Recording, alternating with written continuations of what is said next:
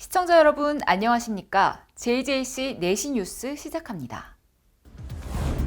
코로나19에 따른 사회적 거리두기가 한 단계씩 완화됐습니다. 여자 배구 선수 학교폭력 사태와 관련한 청와대 국민청원이 올라왔습니다. 올해 5월 11일부터 어린이 보호구역의 불법 주정차 과태료 및 범칙금이 상향됩니다. 서울시가 선결제 서울사랑 상품권 사용처를 13만 개로 확대했습니다. 광주시가 문화체육관광부의 한국판 뉴딜 사업인 스마트 국립박물관 구축 사업에 선정됐습니다. 첫 소식입니다. 코로나19에 따른 사회적 거리두기가 한 단계씩 완화됐습니다. 수도권은 2단계, 비수도권은 1.5단계로 낮아진 겁니다.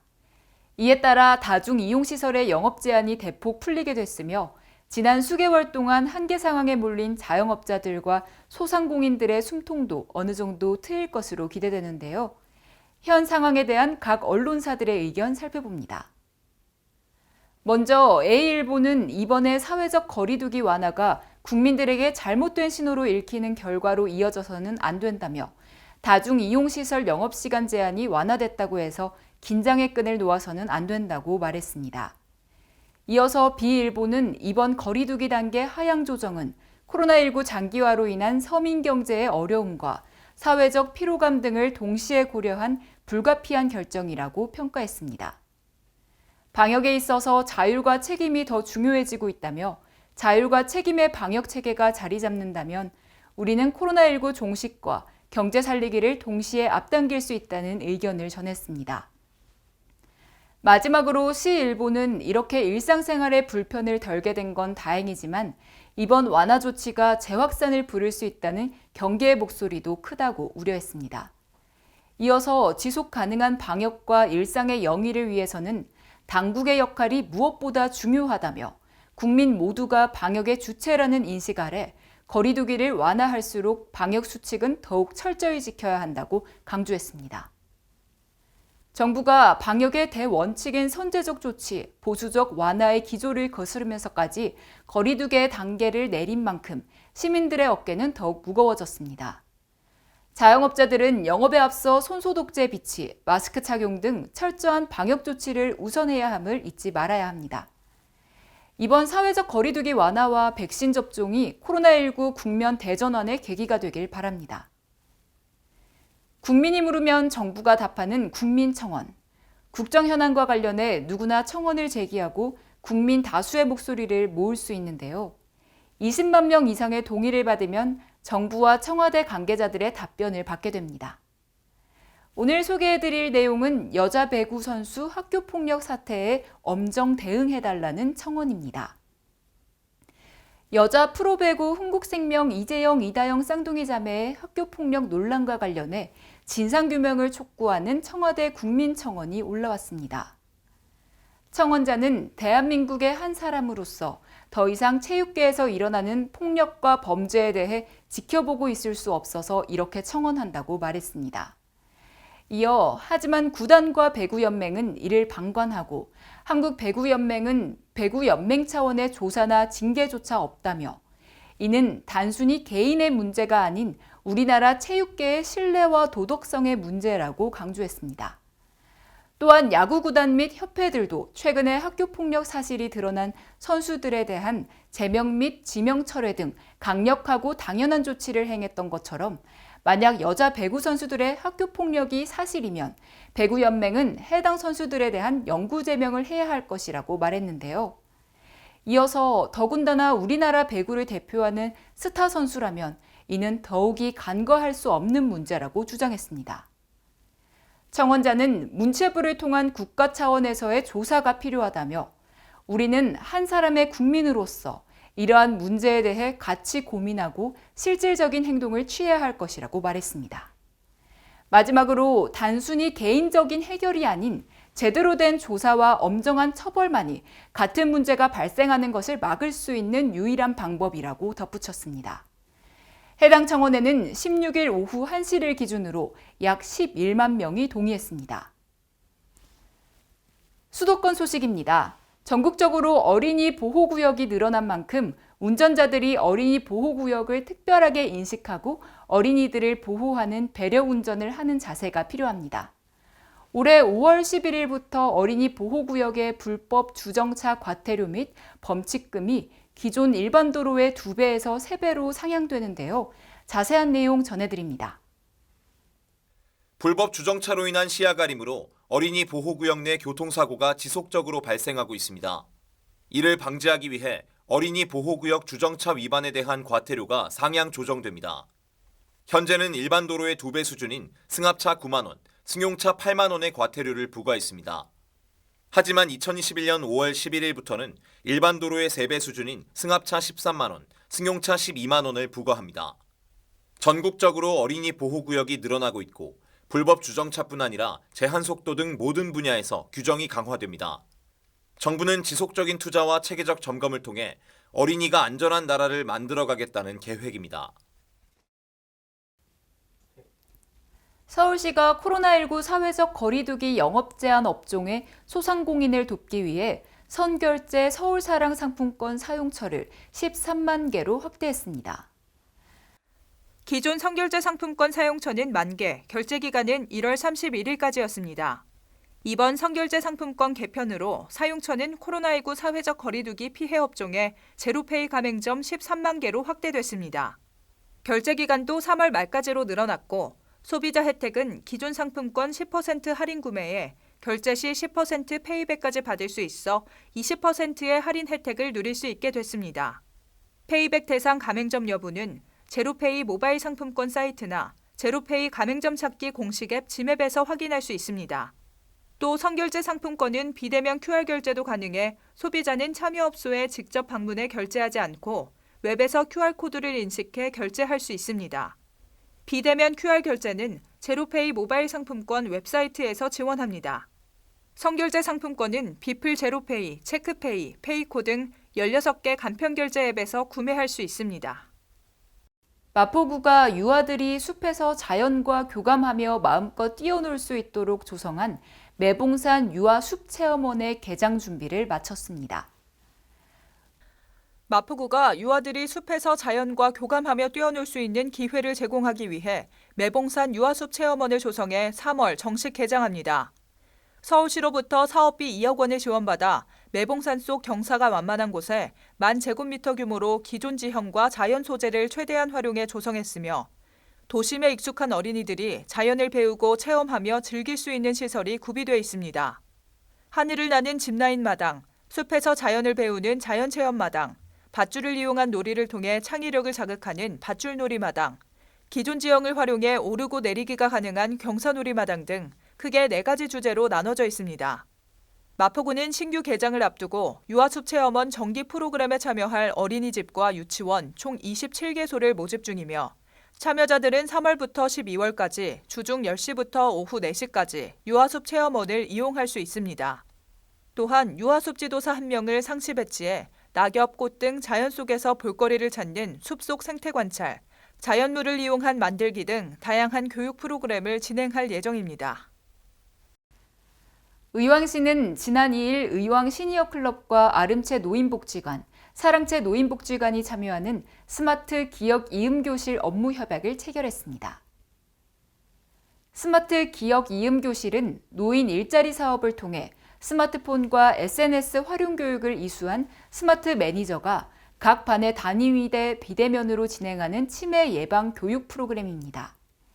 이번 협약에 따라 치매 안심센터는 사전 사후 인지 선별 검사와 평가 교육 프로그램을 제공하고 시니어 클럽은 스마트 매니저 양성과 행정 분야의 지원을 맡고 아름채와 사랑채 노인복지관은 교육 대상자 모집을 받습니다.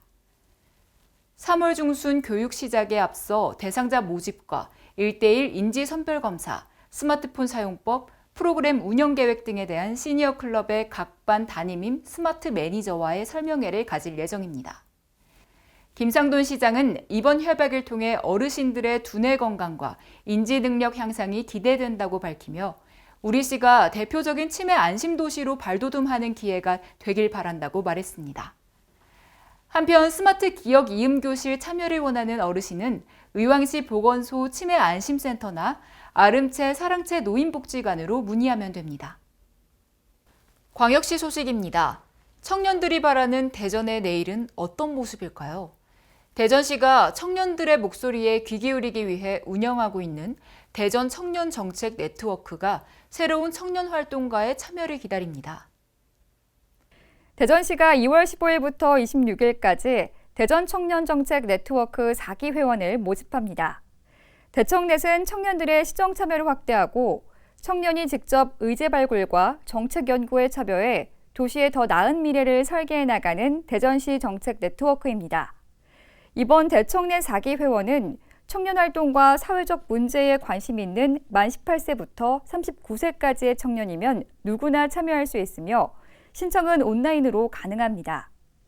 시는 대청넷 회원에게 정책 연구 활동 지원과 청년 활동과 전문가와의 컨설팅, 다양한 청년들과의 교류와 시정 참여 기회를 제공할 예정이며 특히 올해는 각종 사회적 문제 해결을 위한 프로젝트 실행에도 지원을 아끼지 않을 계획입니다. 인공지능 중심 도시로 거듭나고 있는 광주시가 문화체육관광부의 한국판 뉴딜 사업인 스마트 공립박물관 구축 사업에 선정됐습니다. 광주시가 선점한 스마트 공립박물관 구축 사업은 정부의 한국판 뉴딜 사업으로 추진되고 있으며 첨단 기술을 적용한 새로운 박물관 콘텐츠 개발을 통해 색다른 문화체험 서비스를 제공하게 됩니다. 광주시는 국비를 포함한 사업비 총 2억 원을 들여 광주 역사민속박물관에 인공지능 도슨트 로봇을 활용한 전시 서비스를 선보이게 됩니다. 인공지능 도슨트 로봇 운영을 통해 시민들이 우리 시의 인공지능 정책을 피부로 느낄 수 있는 기회를 마련하고 로봇에 축적되는 관광객 빅데이터를 문화시설 활성화 등에 활용할 예정입니다. 특히 관람객 동행 전시 해설을 담당할 인공지능 도슨트 로봇에는 안면 인식 및 심층기계 학습을 통한 개인 맞춤형 전시 해설 기능을 탑재하는 등 기존의 전시 안내 로봇의 한계를 보완할 계획입니다. 강원도 소식입니다. 2021 평창 평화 포럼이 2월 9일을 끝으로 막을 내렸습니다. 평창 평화 포럼은 올해로 제3회를 맞아 세계 지도자급 인사와 평화 전문가들이 함께 논의한 글로벌 포럼인데요. 평화에 대해 한 발 더 다가서는 계기가 됐습니다. 강원도와 평창군 코이카가 주최하고 2018 평창 기념재단이 주관하는 2021 평창 평화 포럼이 2월 9일로 마무리됐습니다. 해당 행사는 평창 동계올림픽 3주년을 맞춰 알펜시아 컨벤션 센터에서 개최됐습니다. 이번 포럼은 온라인, 오프라인에서 동시에 진행하는 하이브리드 행사였습니다. 평화 지금 이곳에서라는 슬로건과 함께 평화 뉴딜의 대주제 아래 펼쳐진 이번 포럼을 통해 코로나19 위기 상황에서도 새로운 도전과 기회에 대해 논의했습니다. 이번 행사는 평창 평화 정신을 되살려 한반도 평화 프로세스와 국제사회 공조가 다시 힘차게 출발하는 계기가 됐습니다. 또한 세계 유일 분단도인 강원도에서 펼쳐져 지구촌 평화에 뜻깊은 의미를 남겼습니다. 2021 평창 평화 포럼이 아주 철저한 방역 아래서 안전하게 개최가 됐습니다.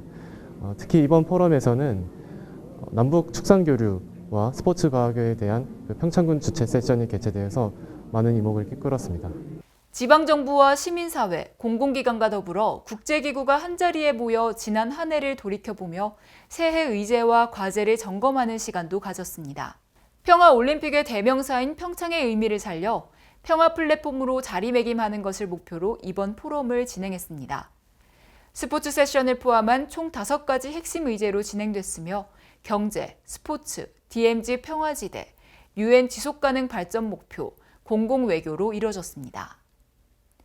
참가자들은 평화 뉴딜이라는 대주제 아래 핵심 의제들 하나하나의 의미와 실천 방안을 나눴습니다. So we're here participating in the Peace Forum because all of our athletes that are in the Sliding Champions program, we thought it'd be very educational to be here and to get some experience with some of the ideas and the plans that South Korea and the rest of the world have to promote peace. So it's really interesting. Learning the history, learning the culture, and yeah, it's been an amazing experience. 특히 스포츠 세션에서는 평화 증진 매개로서의 스포츠 사례와 교류 방안을 모색했습니다.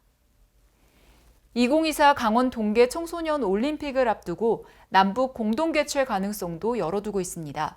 스포츠를 통한 평화 실천 방안과 함께 스포츠 산업 발전에 미치는 영향과 동계 스포츠 과학센터 설립의 필요성도 논의했습니다. So yeah, the 2024 Youth Olympics, I hope it's going to be successful. Obviously it's going to be held here in Gangwon Province, and there's the opportunity for sport to bring together athletes and the two nations, the two Koreas. So hopefully, we'll be able to use that avenue to promote peace as well, and to educate the next generation that we should be spreading some love, spreading some peace, and we can all get along if we want to. 2021 평창 평화 포럼은 ICT 기술을 활용한 온 오프라인 하이브리드 형식의 포럼으로 더 많은 사람들이 함께할 수 있었습니다. 포스트 코로나 시대를 기회로 만들어 한반도의 세계 평화 이슈를 논의했습니다. 논의 결과물들을 구체적으로 실현할 수 있도록 국제사회가 지속적인 지지와 관심을 갖길 바랍니다. 이번 포럼을 시작으로 평화의 플랫폼으로서 더 큰 영향력을 미칠 수 있는 다음 평창 평화 포럼을 기대해 주시기 바랍니다. 이번 2021 평창 평화 포럼에 참석해 주신 모든 분들께 감사드리고 내년도 평창 평화 포럼에서 다시 만나 뵙길 기대하면서 많은 성원과 관심을 부탁드리겠습니다. 대한민국 최초로 개최한 평창 동계올림픽을 떠올리면 감동의 물결이 여전히 생생하게 전해지곤 하는데요. 이제는 그 영광의 순간을 평창올림픽 기념관에서 간직할 수 있게 됐습니다. 2018 평창 동계올림픽의 감동과 영광의 순간을 다시 한번 느낄 수 있는 평창올림픽 기념관이 문을 열었습니다. 지난 2월 7일 올림픽 기념관 개관식이 코로나19 확산 방지를 위해 참석 인원을 최소화해 개최됐습니다.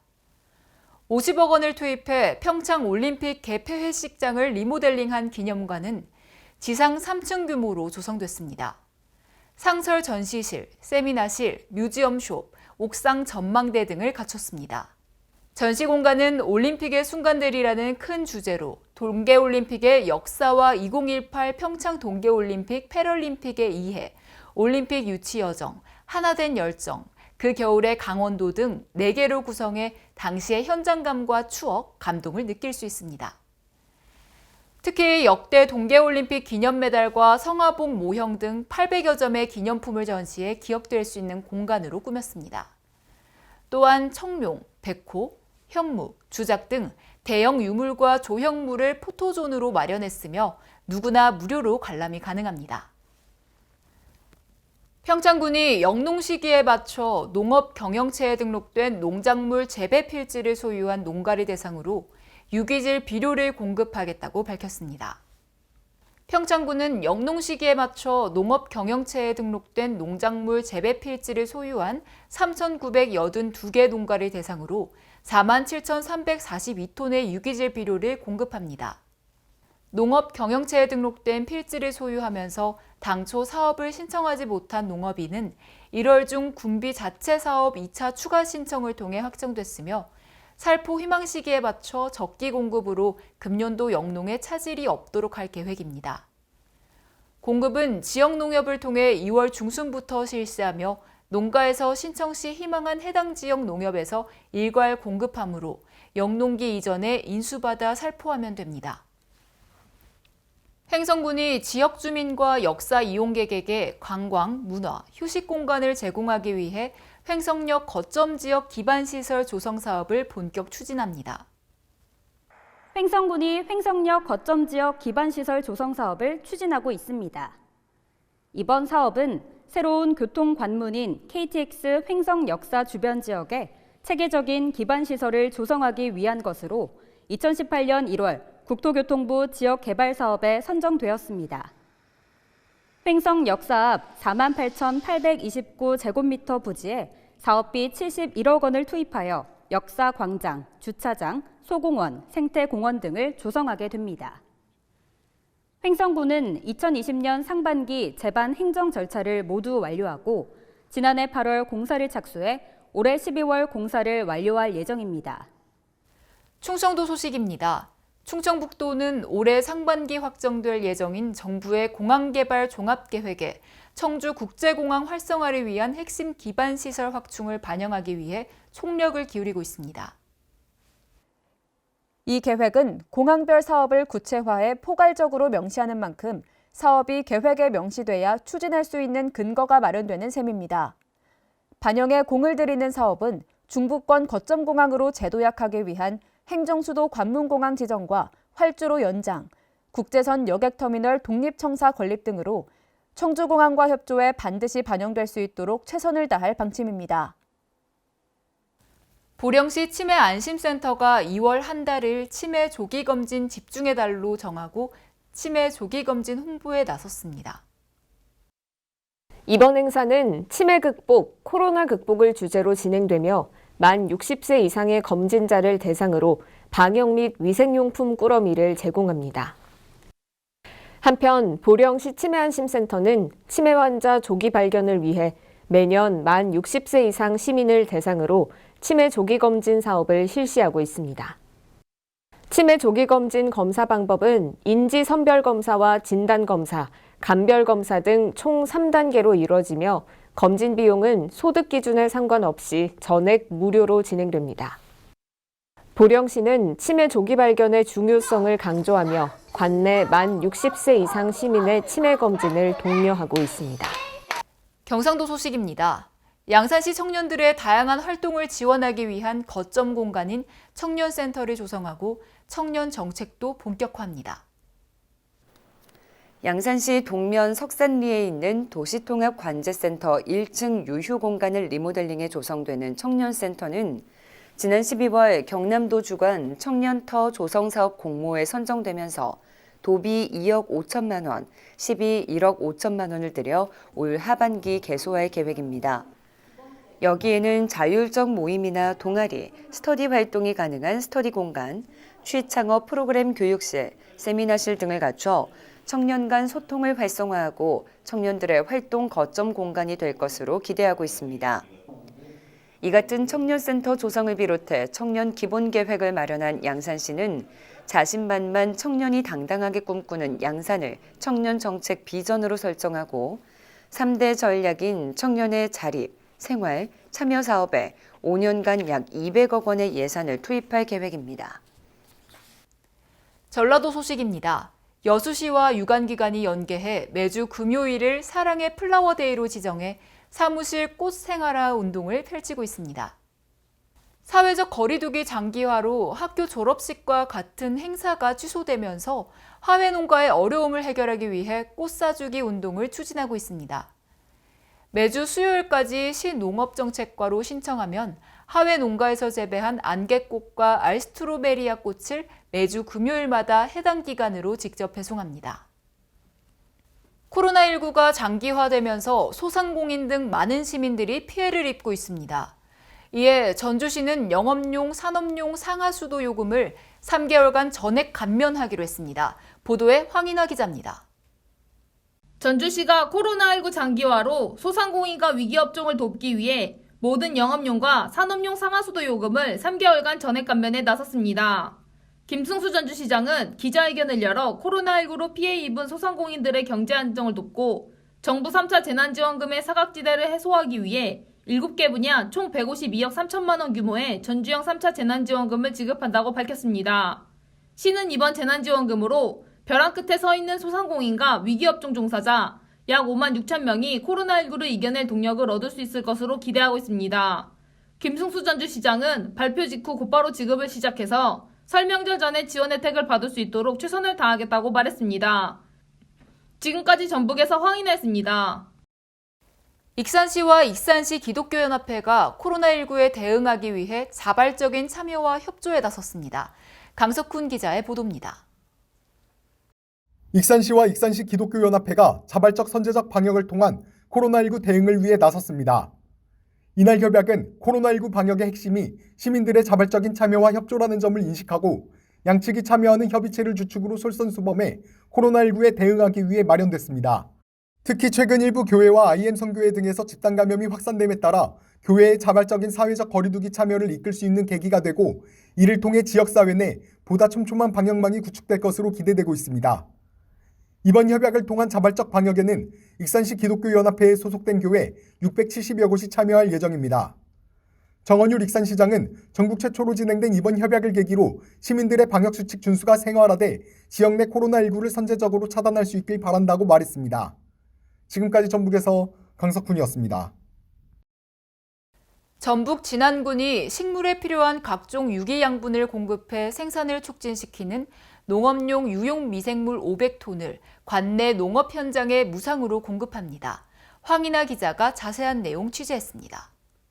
전북 진안군이 2001년에도 농업용 유용미생물 500톤을 관내 농업 현장에 무상 공급합니다.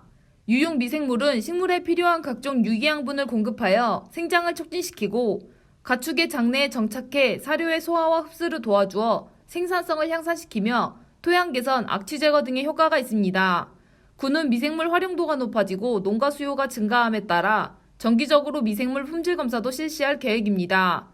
진안군 관계자는 농업미생물은 작물별 적정 시기와 사용법을 준수해 꾸준히 사용하여야 하며 특히 올해 3월부터 시행되는 퇴비 부숙도 측정 의무화 제도와 관련해 유용 미생물을 활용하면 퇴비산의 발효 촉진과 냄새 저감 효과 등이 있으니 많은 이용을 바란다고 말했습니다. 지금까지 전북에서 황인했습니다. 세계 소식입니다. 코로나19 장기화로 원격 수업이 길어지면서 학생들의 비만 위험이 커지고 있다는 경고가 나왔습니다. 현지 시각 14일 월스트리트 저널은 미국 소아과 의사들을 인용해 집에서 수업을 들을 경우 학교에서보다 활동량이 줄어 비만 학생이 늘어난다고 지적했습니다. 또 집에 있는 시간이 늘어나면서 정신건강이 나빠져 아이들이 과식하는 경우도 있고 영양가 높은 급식 제공이 중단되면서 저소득층 가정에선 저렴한 패스트푸드와 가공식품을 접할 기회가 많은 것도 한 원인으로 봤습니다. 의사들은 이런 이유로 아이들이 살이 쪄 2형 당뇨병과 천식 등을 앓을 위험도 커졌다고 경고했습니다. 미국에서도 외국 유입이 아닌 자체 신종 코로나 바이러스 감염증 변이가 발생했다는 연구 결과가 나왔습니다. 뉴욕타임즈가 현지 시각 14일 전염력과 치명도가 높은 것으로 알려진 영국 남아프리카 공화국발 변이 코로나19에 이어 미국발 변이까지 나타나자 확산세 상승이 우려된다고 보도했습니다. 이날 연구진은 미국 전역에서 동일 유전자에서 발현된 7개 종류의 코로나19 변이를 발견했다고 발표했습니다. 연구에 참여한 제레미 카밀 루이지애나 주립대 교수는 코로나19의 변이가 발생하고 있는 것 같다며 아직 변이 코로나19가 전염력이 더욱 강한지 판단할 수 없지만 인간 세포 침투에 영향을 미치는 유전자에서 변이가 발생함에 따라 우려스럽다고 전했습니다. 일본 후쿠시마현 앞바다에서 발생한 규모 7.3 강진에 이어 비슷한 규모의 여진이 발생할 가능성이 있다는 전문가의 경고가 나왔습니다. 일본 정부 지진조사위원회는 앞으로 일주일 정도 최대 진도 6강 정도의 지진에 주의할 필요가 있다고 임시회의에서 밝혔습니다. 진도 6강은 이번 후쿠시마 강진과 같은 수준으로 땅이 갈라지거나 대규모 산사태 등도 일어날 수 있는 정도의 규모입니다. 교도통신에 따르면 지진조사위원회 위원장인 히라타 나오시 도쿄대 명예교수는 이 일대의 장기적인 지진 활동에 대해 지각판 경계와 내부 모두 강한 흔들림이 발생하고 높은 쓰나미를 일으킬 가능성이 있다고 지적했습니다.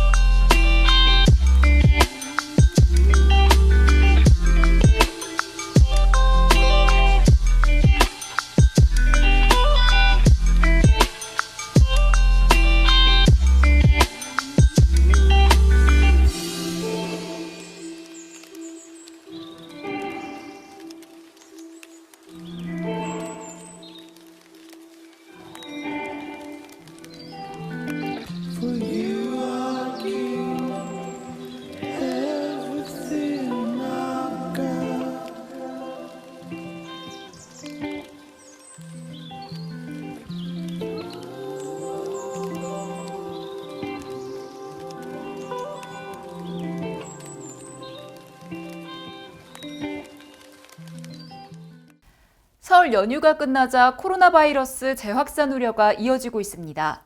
사회적 거리 두기는 완화됐지만 5인 이상 사적 모임 금지 조치는 직계 가족을 제외하고 그대로 유지되는데요. 새학기 등을 앞두고 여전히 확산세가 이어질 가능성이 높은 만큼 개인 방역수칙 준수가 중요한 시점입니다. 이상 뉴스 마칩니다. 시청해주신 여러분 고맙습니다.